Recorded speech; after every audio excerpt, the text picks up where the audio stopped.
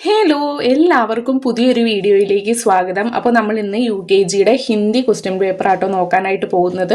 Model question paper ഈ ബേസിസിലൊക്കെ ആയിരിക്കും questions ചോദിക്കാനായിട്ട് പോകുന്നത്. അപ്പോൾ നിങ്ങൾ ഇതിൻ്റെ ബേസിസിൽ കുട്ടികളെ പഠിപ്പിച്ചു വിടാം. അപ്പോൾ നമുക്ക് എന്തൊക്കെയാണെന്ന് നോക്കാം. ആദ്യത്തെ ക്വസ്റ്റ്യൻ എന്ന് പറയുന്നത് കുറച്ച് അക്ഷരങ്ങൾ തന്നിട്ടുണ്ട്. ആ അക്ഷരങ്ങൾ സ്വരാക്ഷരങ്ങൾ ഏതാണെന്ന് നോക്കിയിട്ട് അത് എഴുതാം. വ്യഞ്ജനാക്ഷരങ്ങൾ നോക്കിയിട്ട് അത് എഴുതാം. ഇപ്പോൾ ഈ ആണെങ്കിൽ ഫസ്റ്റത്തെ അക്ഷരം ഈ, അത് സ്വരാക്ഷരമാണ്. പ വ്യഞ്ജനാക്ഷരമാണ്. ഫായും വ്യഞ്ജനാക്ഷരം.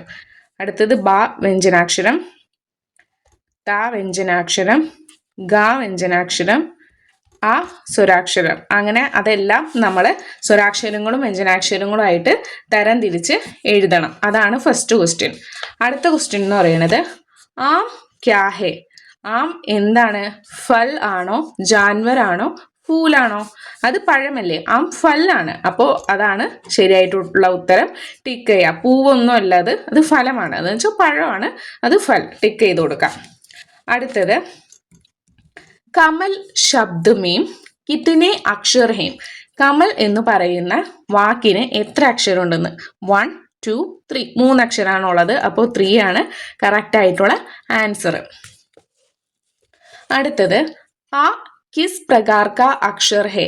ആ സ്വരാക്ഷരമാണോ വ്യഞ്ജനാക്ഷരമാണോ എന്നാണ് ചോദിച്ചിട്ടുള്ളത്.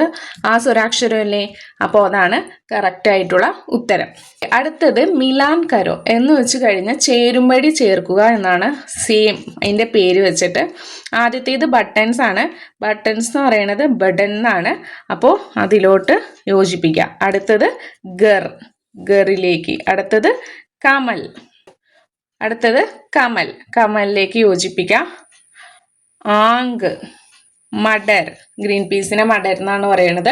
അത് അതിലോട്ട് യോജിപ്പിക്കാം. ഓക്കെ, അടുത്ത ക്വസ്റ്റ്യൻ എന്ന് പറയുന്നത് സുലേഖ് എന്ന് വെച്ച് കഴിഞ്ഞാൽ ഇവിടെ കൊടുത്തിട്ടുള്ള വാക്കുകൾ നല്ല വൃത്തിയിൽ താഴേക്ക് അതേപടി പകർത്തി എഴുതുക എന്നാണ്. സെയിം വാക്കുകൾ തന്നെ, പക്ഷെ നല്ല ഭംഗിയിൽ എഴുതിയാലാണ് മാർക്ക് കിട്ടത്തുള്ളൂ. കൽ, ജൽ, കമൽ, ഹവൻ, പവൻ, ഇതൊക്കെ നല്ല ഭംഗിയിൽ താഴേക്ക് പകർത്തി എഴുതാം. അതാണ് ആ ഒരു ക്വസ്റ്റ്യൻ ആണ് അടുത്തത്. ഓക്കെ, നെക്സ്റ്റ് ക്വസ്റ്റ്യൻ എന്ന് പറയുന്നത് ചിത്ര ദേഖ്കർ നാം ലിഖോ. അതായത് ഇത് നോക്കിയിട്ട് അതിൻ്റെ പേര് എഴുതുക എന്നുള്ളതാണ്. അപ്പോൾ ആപ്പിളിനെ ഹിന്ദിയിൽ എന്ന് പറയണത് സെബ് എന്നാണ്. അപ്പോൾ അത് എഴുതണം. അടുത്തത് മാംഗോനെ ആം എന്ന്. ഇതൊക്കെ കുട്ടികളെ പഠിപ്പിച്ചിട്ടുണ്ടായിരിക്കും വാക്കുകൾ. ആ പഠിപ്പിച്ച വാക്കുകൾ ഏതാണോ അതിൻ്റെ പിക്ചർ ആയിരിക്കും കൊടുത്തിട്ടുണ്ടാവുക. ഫസ്റ്റ് ടൈമിൽ അവർ ഏതൊക്കെ പിക്ചറാണോ പഠിപ്പിച്ചിട്ടുള്ളത് അതിൻ്റെ ഫോട്ടോ ആയിരിക്കും കൊടുത്തിട്ടുണ്ടാവുക. എന്നിട്ട് അതിൻ്റെ പേര് എഴുതിയാൽ മതി. ഇപ്പം ഞാൻ കൊടുത്തേക്കുന്ന ഇത് തന്നെ ചോദിക്കുന്നല്ല, അവരെ പഠിപ്പിച്ചിട്ടുള്ളത് ഏതാണോ ആ ഫോട്ടോ ആയിരിക്കും കൊടുത്തിട്ടുണ്ടാവുക. ഇതതിൻ്റെ മോഡൽ മാത്രമാണ്.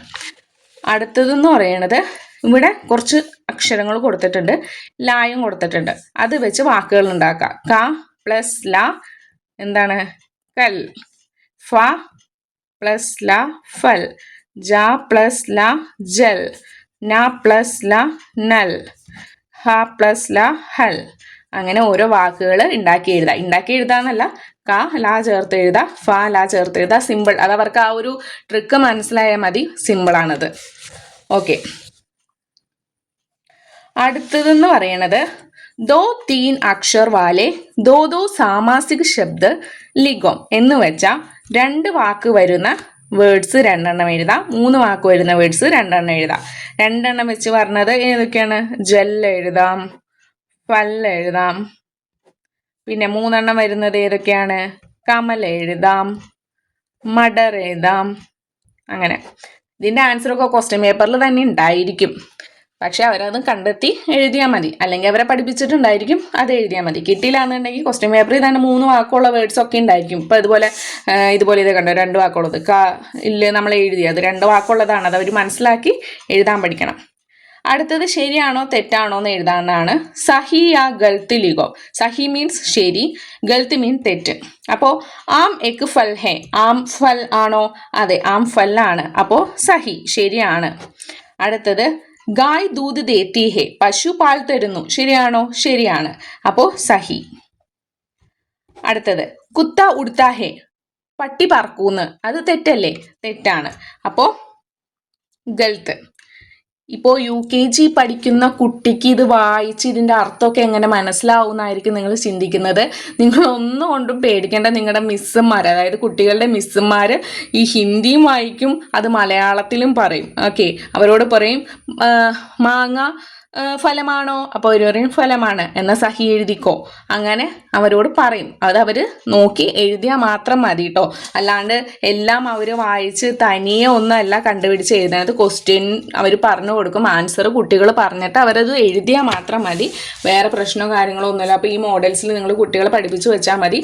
അപ്പോൾ ഞാൻ ഇതുപോലുള്ള വീഡിയോസ് ഇനിയും ഇടുന്നതായിരിക്കും. അപ്പോൾ നിങ്ങൾ സബ്സ്ക്രൈബ് ചെയ്ത് വെച്ചാൽ മാത്രമാണ് നിങ്ങൾക്ക് അതിൻ്റെ നോട്ടിഫിക്കേഷൻ കിട്ടത്തുള്ളൂ. അപ്പോൾ സബ്സ്ക്രൈബ് ചെയ്ത് വെക്കാം. ഓക്കെ, അപ്പോൾ ഓണം എക്സാം എഴുതാൻ പോകുന്ന എല്ലാ കുട്ടികൾക്കും ഓൾ ദ ബെസ്റ്റ്.